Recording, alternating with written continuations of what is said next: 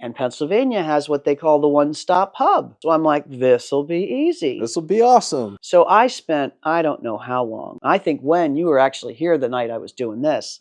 And I started at, I don't know, 5 o'clock one evening. And by 8 o'clock, I was screaming, I hate Pennsylvania. We gotta Pennsylvania move. sucks. We're not opening this company here. Just screaming at the top of my lungs because everything I tried on this website, which is intending to be user-friendly, was a mess. Hey, welcome back to the Cash Flow Podcast with me, Pam Pryor.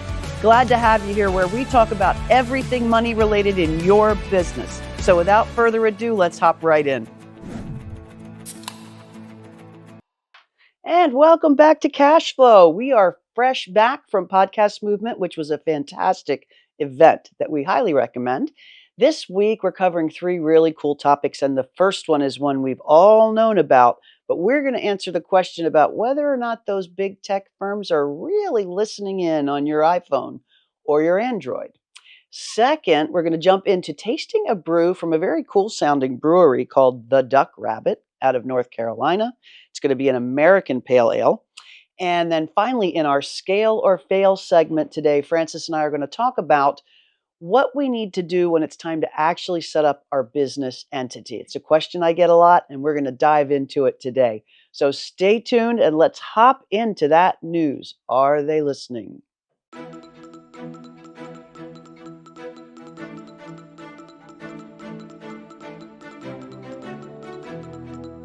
All right, so we've all known it's true for a long time, right? We know that those big 4, Meta, Facebook, Google, Amazon, those guys are all listening in on our phones because it's happened to all of us where you have a conversation about something that you haven't talked about ever or certainly never done any research on your phone. And then the next 10 or 15 minutes, up pops an ad for whatever you were just talking about. We all know what happens. Well, last week, an investigative journalism team got hold of a presentation deck that a marketing group did. And it's from November of 2023. And they talk about in this article, which I will give all credit to Mashable as the source, they talk about the details of it here, what was in that presentation deck. And I just want to read you a few things. So this is a deck that this marketing agency sends to or gives to or presents to potential advertisers. And a few of the things that they said in this deck, which is now in the hands of something called 404 Media, which tracked it down. Some of the quotes include, and I'm going to say them carefully because I then want to go to the fact that all 4 of the big tech firms, Amazon, Meta, I forget the other 2 right now just because I'm talking, but you'll hear them in a minute, have denied what shows up in this presentation deck. But the way they've denied it is very crafty and doesn't actually, if you read it carefully, deny that they do listen on your phone. So I'm going to read what is in the presentation deck, the couple of sentences they pulled out, and then I'm going to read you each of the denials and tell you what I pick out as the reason they're not really saying we don't listen on your phone. They're being very carefully crafting what sounds like a denial. Okay, so first of all, just to kind of get the players straight here, the company is called Cox Media Group. And basically what they do is they go to advertisers and say, hey, you want to advertise through us because, and then they do a presentation on all the reasons why. And in this 2023 presentation deck, they talk about something called active listening, and they actually list it as a service. They have an active listening service that targets advertising based on smart devices and the conversations that are overheard on those smart devices. So, a direct quote here. What would it mean for your business if you could target potential clients who are actively discussing their need for your services in their day-to-day conversation? That's the beginning of the deck. Then it goes on to mention that it's legal for companies to listen in on users and collect that data. So that's an important thing to remember. I'm going to come back to that. Then they go on to say, where is it? They talk about how microphones in the smart devices are used to pick up on that information. So essentially they say, how cool would it be if you can actually target your advertising based on what users are saying that's being eavesdropped on. Number two, it's legal to do that. And number three, we offer that service. Okay, so we now know what was in the presentation deck from CMG. CMG basically said, we're listening in, we offered this service to you, and it's legal.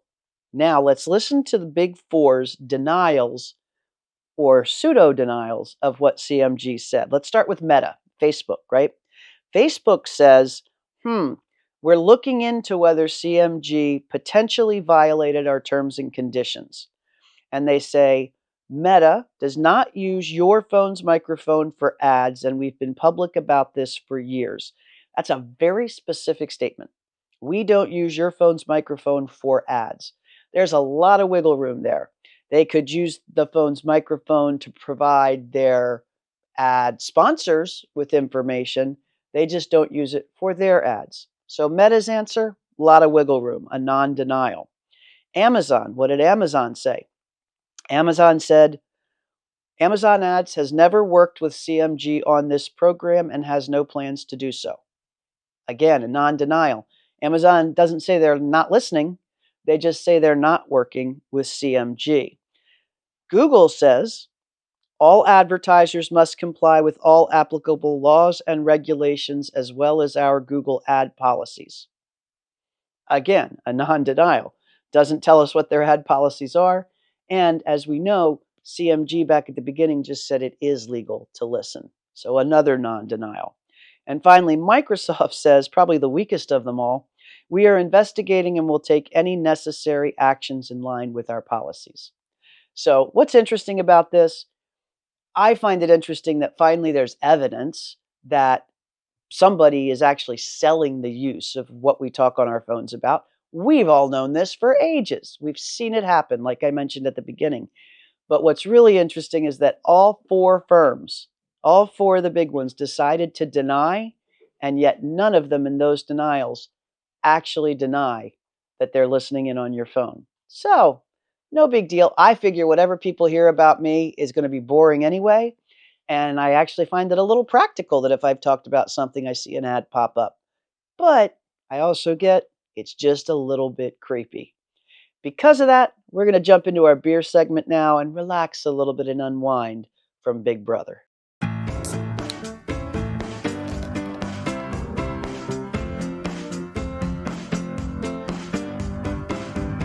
And welcome to our brews section. And you'll notice we've pulled Francis out from behind the camera because I'm always interested in what you have to say about the beers too. Inevitably, either during the segment or after, I'm like, tell me what you think. And we do have some different tastes. We have very different tastes in beer. Yeah, so I think it's kind of cool that we're going to kind of get two opinions. Now, are you going to have your own P.B.K.I, but an F.P.K.P.I? I'll try to align with yours, but right. You know, we'll still call it a P.B.K.P.I, but you'll give your score. Yeah. All right, great. Well, today, guys, we're doing a beer from the Duck Rabbit Brewery in North Carolina. There's not a lot of information on the brewery itself, except that it appears to be about 8 guys, and each of them has a different skill set, which is really cool. You love to see that in a business, that everybody kind of balances each other out, sort of like a beer taste. Teamwork makes the dream work. There you go. And we picked up, I actually, as you know, get the IPA of the Month Club beers sent to us, and we got one. Such a cool club. It is a great club. It's actually, you can get any mix you want. Like there are people, well, not any mix you want, but you can get like any beer. Yeah. A surprise. It doesn't have to just be an IPA. Right. Or you can get the IPA club. And then I think they have a couple others. They might have like a heavy beer club, but they have wine club. It's pretty cool. And I like it because even though I go to the store a lot, and now in Pennsylvania, thank goodness we have beers in the store, you don't always see stuff from all over the country. So this really goes out and curates stuff from all over the place. Lets you try a little bit from everywhere. Yeah. So you know, if you can find something you might know, if you don't travel there, you might not trip on, which I really like. And again, I'm not an affiliate. I'm just telling you something I think is cool. We should get you an affiliate code, though. we probably should. Yeah. I didn't think about that. But this beer is called the Hoppy Bunny ABA. ABA. I called it an American Pale Ale in the intro, and it's not. It's an American Black Ale, which I honestly had never heard of. So I'm going to read you the notes on it because it sounds a little different, and I'm curious. The Duck Rabbit Hoppy Bunny is both intensely hoppy and intensely black.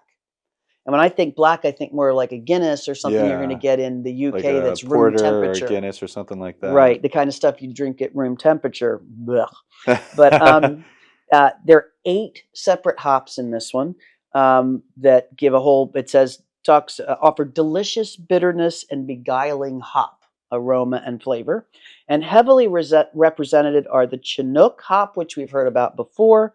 And that's kind of a piney, deep piney citrus thing. Okay. And then a New Zealand hop called Motueka. Now, you'd said you thought maybe we'd heard of that one before. I know we've done the New Zealand hop before. I don't remember that one in particular, but that hop is supposed to bring bright fruit and spearmint notes. I find it interesting to see the word bright in a dark beer. Yeah. Because usually you don't get a bright taste from a dark beer. The ABV on this one is 7.3. Oof. So we're going to have to watch out what we do after we record this. Yeah, it's 10:06 a.m. 10:06 a.m. Boom. I kind of hope we don't like it because then we'll know it just sit there the rest of the day. All right. Good deal. Well, how about we hop in? Let's pour this thing and see what we think. I'm going to show you a cool trick too because we don't have an opener down here and I don't want to screw your table up by doing the right. I forgot about that. So I grabbed a spoon from upstairs. A spoon? Yeah. And basically you're going to hook this on the inside of your... You know, everybody's going to see this if it doesn't work right. Yeah, you're going to hook this on the inside of your hand. Yeah. You go in, and then you just... Wow. Boom. What was the secret with your hand? What were you doing? So just holding this is how you create the fulcrum. This is where the... Oh, so having the finger out is just as important. Having the finger there is what creates the leverage. And then your thumb's holding the other side down. Yeah, and then it's just popping the corner off. Well, son of a gun. There you go, folks. There's your hack for the week. Yeah, so you'll have to try it next week. Nice. All right, well, let's see what this thing smells like. Now we're doing it out of 2 glasses, which is great. There's the pour. Not much head. No, that's very Guinnessy. It does look Guinnessy. Head in color, too. Let's see what we have here. Yeah, no, it smells chocolatey. Let's see. I'm not getting a whole lot of fruit. I can definitely get the spearmint, though. I get the spearmint. That's about it. Yeah. The rest is like, that looks like a Diet Coke. It really does. Which I used to be wildly addicted to. So that's interesting. This might help you curb your addiction, though. There you go. Let's see. All right. I don't get the pine in here, but I do get like a heavy woody sensation. The spearmint is really strong for me. I don't know if that's just me. Let's see what we got. Cheers. Cheers. I guess Diego wants some too. Ooh. It's not, I wouldn't say it's Guinnessy to me. I'm a Guinness guy. And you don't see Guinness. Super Guinnessy to me. I get a very, not bitter, but heavy overtone. You know what this kind of reminds me of? Have you had the Yingling Hershey's Porter? No, but I would never order that. That's what this reminds me of, like a lot. Yeah. I don't hate it. I'm not hating it as much as I anticipated I would from the hoppiness description, because I'm not a big IPA hoppy guy. That's I don't more like it. Kaya. Kaya's a hoppy girl. She likes her beer super, super intense. I don't like it, and the more I go after the sip, the more I don't like it. It's laying on the back of my tongue like burnt coffee. Burnt coffee? Yes. I get that. And when I drink beer, I don't want a coffee taste. It's bitter. It's not bitter like hops bitter, though. Hops to me have like a jumpy bitterness. It's like it's like a punchy in the back of your throat. It's like putting those pop rockets in your mouth, whatever those things are, pop rocks, whatever they're called. That to me this is not that. This is like lays over your tongue and dies. like bad coffee to me. So what's your P.B.K.P.I rating on this? My P.B.K.P.I on this is a 1. There's no risk of me getting drunk this morning after 10 o'clock. I would give it a 3. A 3. Okay, so 1, just as a reminder, 1 is I probably won't ever drink it again, even if it was the only beer in the joint. 5 is I will go to world's corners to find it. So I'm giving it a 1. This is not for me. What's a 3? Can you remind me? 3 is I really like it, and given a choice of beers, this would be one I'd pick off a menu. It's a 2. It's a 2. It's okay. A 2. So if it were on the menu, like if there were a couple there, this would probably not be the one you'd get, but you'd get it. Yeah. If it was the only one there. If it's the only beer, I'll grab it. Yeah. I'd rather have a cup of coffee, The cool thing was what I can do with this now is take a sip and pretend it's a Diet Coke, and I may kill the urge. I've always said that the minute I get my death sentence, I'm going to have a Diet Coke and a cigarette. I've always thought I would like Diet Coke when I had another sip, but if I pretend this is Diet Coke, which it looks exactly like, take a sip, I may kill that urge forever. You're gonna have to like just look at it though, because it tastes nothing like No, Diet I know, that's what Coke. I mean. I just have to look at it and go, oh, cool, I'm getting Diet Coke. Oh, like totally convince myself that's what it You know what we was. should do? We should get you a glass of Diet Coke. You can smell the Diet Coke and then you taste that. Oh, that's really good. Mix And the then senses up. yeah, and then you're I all bet you if out we of talk whack. to the neuro psych doctors, they'll Yeah. tell us there's a way to make that work. Or in hypnosis, I'll have a sip of this and go, Yeah, and it's a oh, Diet Coke to you. Or we can just, put a Diet Coke label on all the there bottles you that you go. have upstairs. I will tell you, I still have dreams. I don't have dreams of smoking anymore, but I still have dreams of popping a Diet Coke and drinking it. Really? And I taste it in my dream and I love it. So and to the point where it's real enough that I actually go through, oh crap, it's been 5 years and I just had one. I'm 5 stuck. years? Yeah. Wow. So maybe this, if I can somehow associate that with Diet Coke, those dreams will go away. So you're gonna buy that now just to keep There you the go. Diet Okay. Coke? Gonna buy it, pour it into a Diet Coke can, reseal it, Yeah.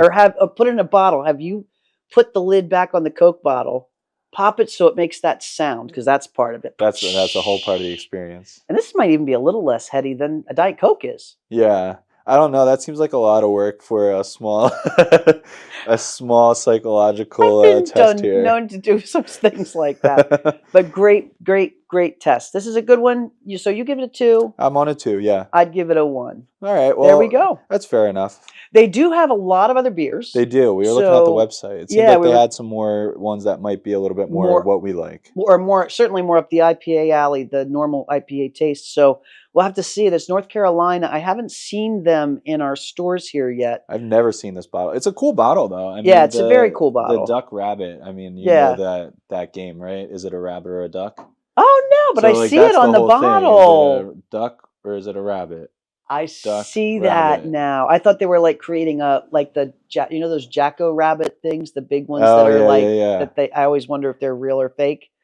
That's kind of cool. It's like one of those image things where it looks, one way to some Yep. people and other people see it as a different Yep. thing, or if you tilt it just slightly, it's You a see whole it other thing. differently. Yeah.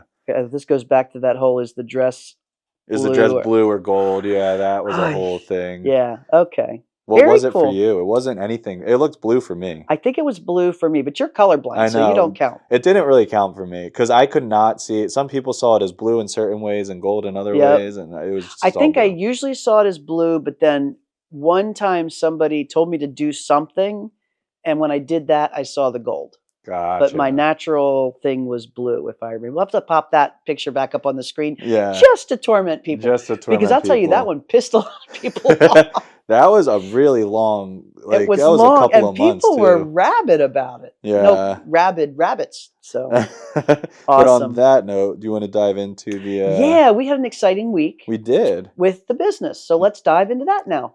Awesome. And Sorry. welcome to our scale or fail segment. What's Murphy doing over there? He was scared. I He's- scared him by the clap. With our clap to come in. Yeah. I love it. What? Speak. It's All right, okay, whatever. bud. So what kind of questions came up today with our Forward Press Media? I call it FP all the time now. Our Forward Press Media business. We know, as you know, we're kind of progressing from the very beginning, our idea, up through creating the business, running the business, potentially someday scaling and exiting the business. So what do we want to share today about what we're facing during these early days of startup? Yeah, so I feel like, well, we started off really strong and we talked about building our checking account, doing the small things, setting aside money for taxes. Big. That's a big thing, but a small thing. A small thing in the big thing in the grand scheme of things. A small thing when you're thinking about it and actual steps. Just transferring the money into the tax kind of savings account. But one of the things we didn't cover because it was all happening behind the scenes was the actual establishing of the business, how we did that, why we went with the LLC. And now that we've got our papers in this awesome binder, yeah, I was so excited when I saw that. But now that we've got all that in, kind of, I think we should dive into How we did that. how we did that, how that process went and about, and all the little fun tidbits that came along with it. That is true, and I think this is a great thing to cover because it's a process that can be rife with frustration depending on your state. Yeah. Well, you were having a hard time with it. You said it was a Sunday when you Just were thinking doing about it. it, I may have a sip of my Of your one beer, on the of your scale Diet Coke. on the beer that I hate. Yeah. Yeah, so we decided to set up an LLC. Yeah. Now, there's no right or wrong way to do this, and this is not tax or legal advice. But in our case, we decided to set up an LLC because at this point, we really just wanted the legal protection of having an entity that protects you personally and me personally from anything that might happen inside that agency, inside the agency. So Forward Press Media is a media agency, and not a media agency, a marketing agency.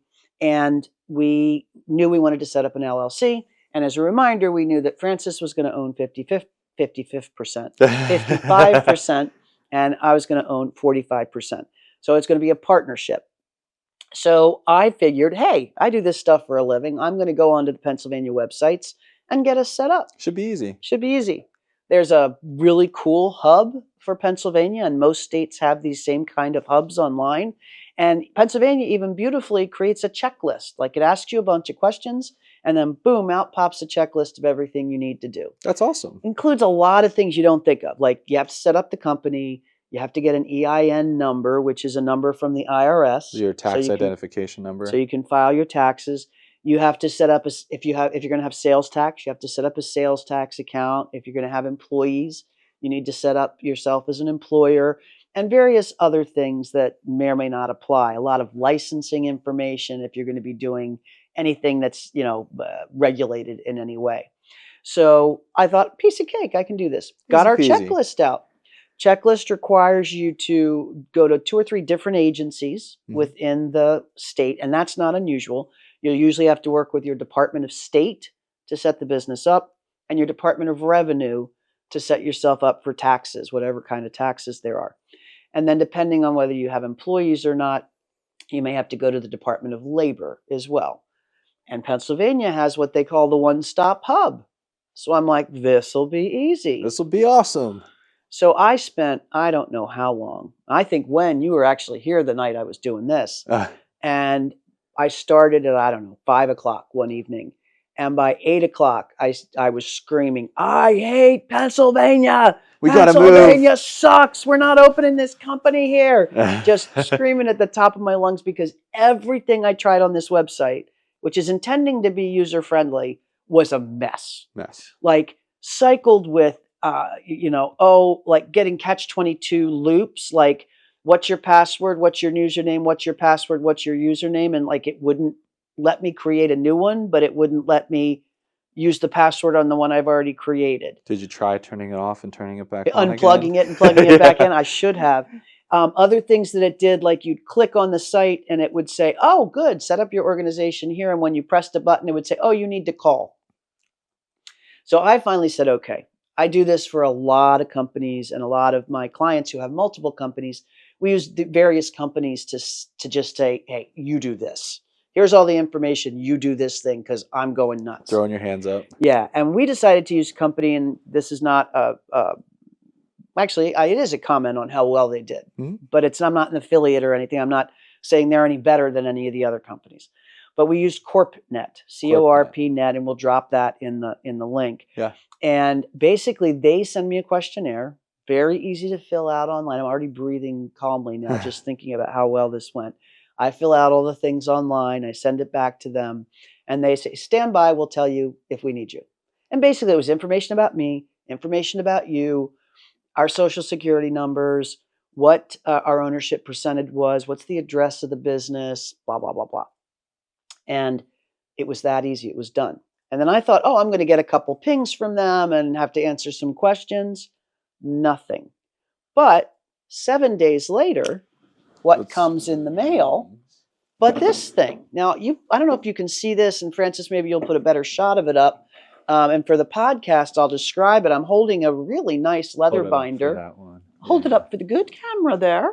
Not that you're not a good camera. And it's a nice leather binder that's zipped up. That's me unzipping it. And when you open it up, There, first of all, is a corporate seal here, which if you don't know what that is, I'll just do a quick show and tell for people and describe it.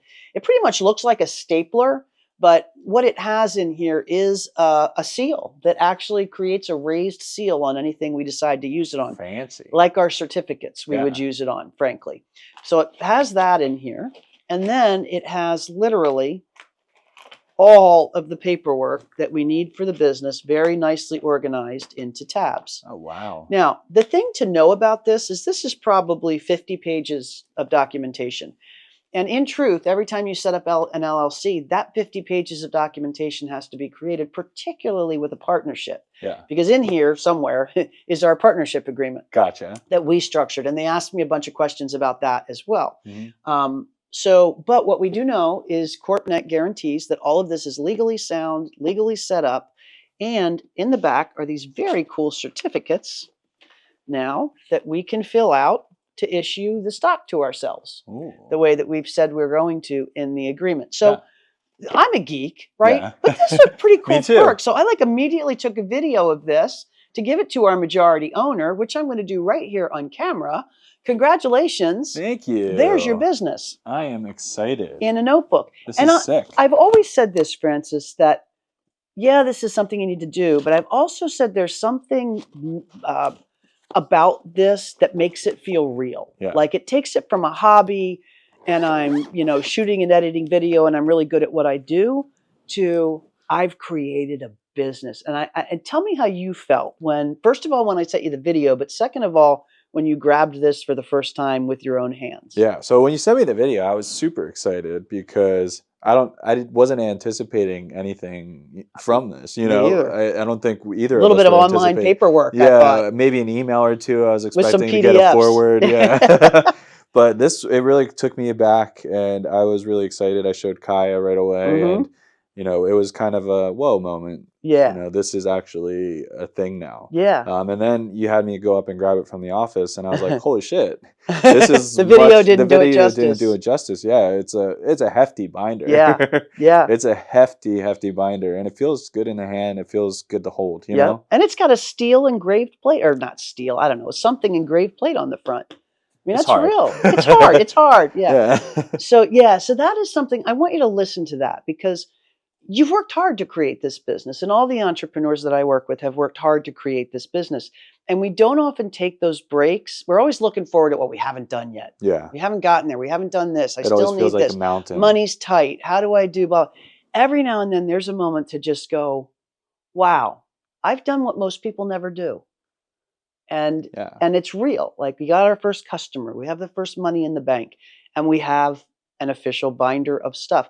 The other cool thing about Corpnet that I will tell you, one of the biggest hassles for business owners is remembering that they have to register annually with their state. And every state's different about how you register, when you register. Corpnet, I think we're going to pay them an additional $250 a year. I think that it may even be high. It might be $150. And they're going to do all that for us. Nice. Like, I don't ever have to think about this again. They will file anything we have to file with the state. And these are the kind of things that can take you by surprise, because if you don't do that, you'll get a letter from the state that says, hey, you're not in good standing with us anymore. Mm-hmm. And if anybody looked up your business online, it would say, hey, yeah, they're not in good standing. So it makes sure we'll never have to deal with that ever. Wow. And we'd go back to them when it was time to add. We will go back to them when it is time to add employees, or if anything we ever sell needs sales tax and those sorts of things. That's awesome. And I've worked with probably 4 of these kinds of companies for other clients and for my own business. This is the first time I've ever seen this. Yeah, this is outstanding. I went ahead. It's also the first time I ever kind of picked their full package. Mm-hmm. And it wasn't much. I think it was $540. Oh, wow. And I had already spent, with what I call my hourly rate, I had already spent like 8 times that hours of being pissed off at Pennsylvania. But they know how to navigate it. Like every single state of the union, they know exactly how to navigate it. That's awesome. So here's a question for you. In the past, I've had an LLC before. Mm-hmm. It wasn't a partnership. It was me. Mm-hmm. But that was all done through lawyers. What are the benefits to doing it this way instead of doing it lawyers-wise? Mm-hmm. And kind of what is different about that? Is this just kind of the same thing in a website? It is the same thing, and lawyers cover a lot of different matters, Mhm. and they can definitely paper up an organization and make sure it's filed with the state properly.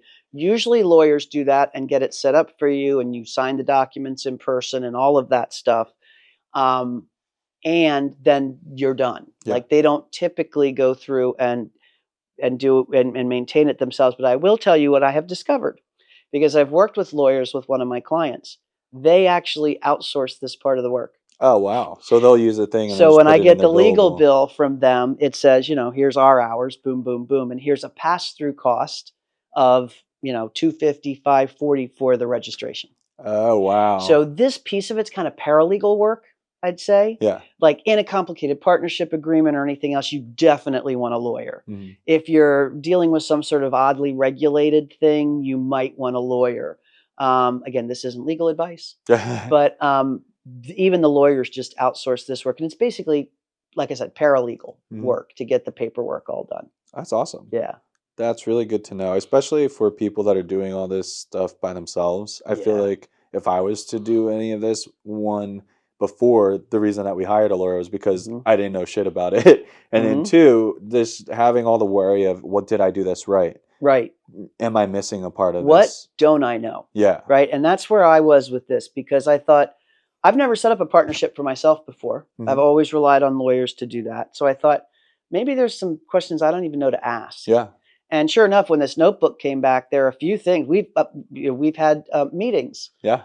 and we've signed agreements for what we think and all sorts of documents I didn't know we even needed to have. Wow. So that's pretty cool with this is I know like I can just it's like having IT support, Yeah. right? And cybersecurity. I know I can breathe easy. Somebody else has my back on this. That's awesome. And Peace of mind. It's really, you're mhm, paying the extra for peace of mind, and it really doesn't sound like it was too much of an extra cost. not at all. I mean, one time $540 and then an annual, I think it's something like 250 Yeah. and they just handle it. Wow, that's amazing. Yeah.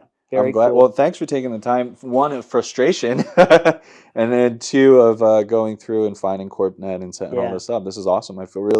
I'm excited.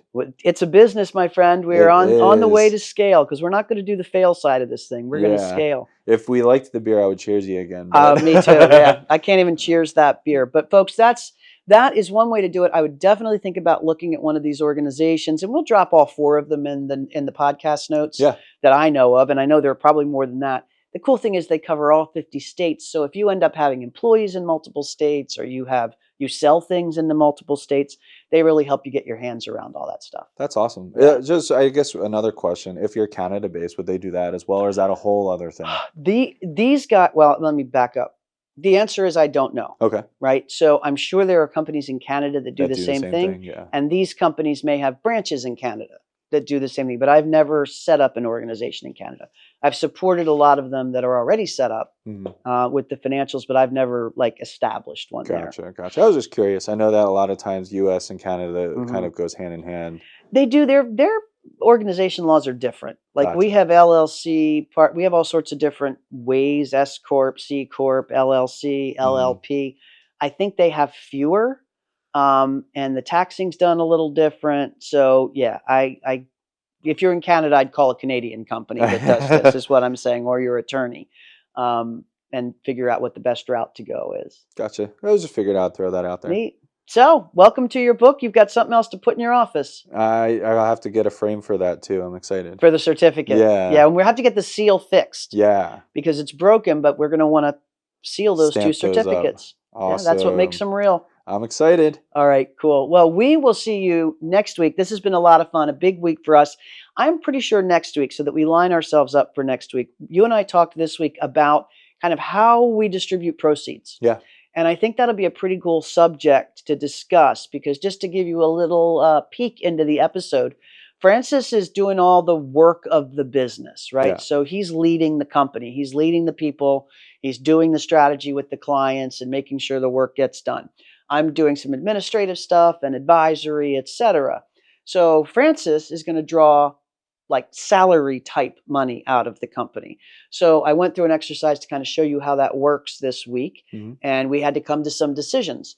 So we'll talk through kind of how that works and what we did so that anybody else in a partnership like this And again, it also applies to if you own your own business. Yeah. You have heard me say before, and you will hear me say again. Pay yourself. I didn't even have to say it. I just started, boop, out it came. You got to pay yourself first for so many reasons. We'll do an episode on that at some point too. Mm-hmm. So be sure and join us next week for our next step in scale or fail, not fail. Awesome. Take care. See you guys. Thanks so much for watching the Cash Flow Podcast with us. We want to bring more and more of this to you, so please like, share, subscribe, comment, so that we can keep bringing more of this content to you.